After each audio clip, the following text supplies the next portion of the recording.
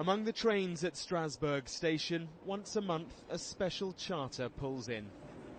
It's full of staff from the European Parliament.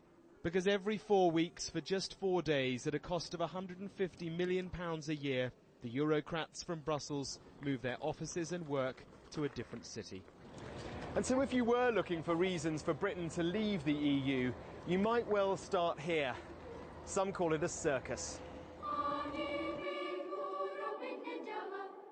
The Parliament itself, like their other one in Brussels, is impressive. It has a cross-generational draw. Tourists flock daily. And there's a real sense of a European patriotism here. When we are together, we are strong, we are a good team in the world. What do you think about Europe splitting up, perhaps? Britain leaving Europe?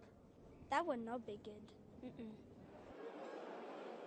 Inside, 751 MEPs push their national agendas in this forum of consensus and compromise. The makeup is certainly diverse.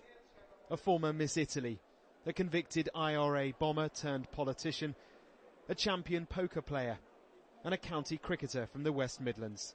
Dan Dalton is one of 73 British MEPs who represent the UK in the EU. Morning, Mr. Dalton. How are you? Morning. Very good. How are you? Good to see you. Good to see you. What are you up to in here? So we've got a working group on TTIP, so it's trade issues for my group in the Parliament. The meeting is on an EU trade deal with America. It's taken years to negotiate and they're not there yet. At the moment, trade relations benefit big businesses. Britain, some say, would have to do just the same thing if it left the EU.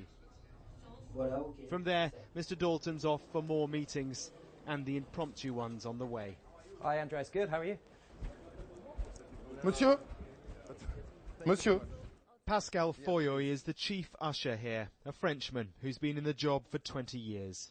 I know I have to speak with a German MEP, but it's not the same as an Italian MEP. I will be more friendly with an Italian. The German doesn't accept that. Who's the most difficult? Which nationality?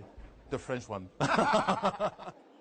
It is the French who insist that the Parliament moves here once a month because Strasbourg is a city symbolic with post-war reconciliation, out of which the EU was born. Europe has been through a particularly difficult time. Mairead McGuinness is the Parliament's Vice President. What I think people perhaps haven't been explained properly about is that actually it's democratically elected politicians who take decisions. You know, some of the most interesting conversations here take place in the bars and restaurants, away from the cameras and where the chat is that bit more candid. I was just talking to a group of people here about the referendum. I put it to them that some in Britain think that it's Brussels, Strasbourg and the EU that impose their laws on the UK. They laughed collectively. Their view is that quite often the opposite is true. The UK has supported without reservation 643. Doru Francescu studies the votes and crunches the figures. So on 97% of the legislation which has gone through the institutions in the last 12 years, the UK has said yes, so it has supported this legislation. It was only on 3% that the UK had reservation and did not support the piece of legislation. It is, it seems, as easy to get lost in the arguments as it is in the building. Well, these are the MEPs' offices, and you can see they've got trunks here with all their documents in that are all shipped down from Brussels once a month for the Strasbourg meetings. I'm trying to find Daniel Dalton's office now. It's a bit of a maze. It's kind of hard to negotiate. But I think we found it. Hi. Hi, how you doing? How are you? Yeah, not too bad. Good to see you. You've described yourself as a reluctant Remainer. What does that mean? Well, I mean, I don't particularly like the European Union. I'm worried about where it's going. But personally, I haven't seen a vision of what life would be like economically outside of the EU.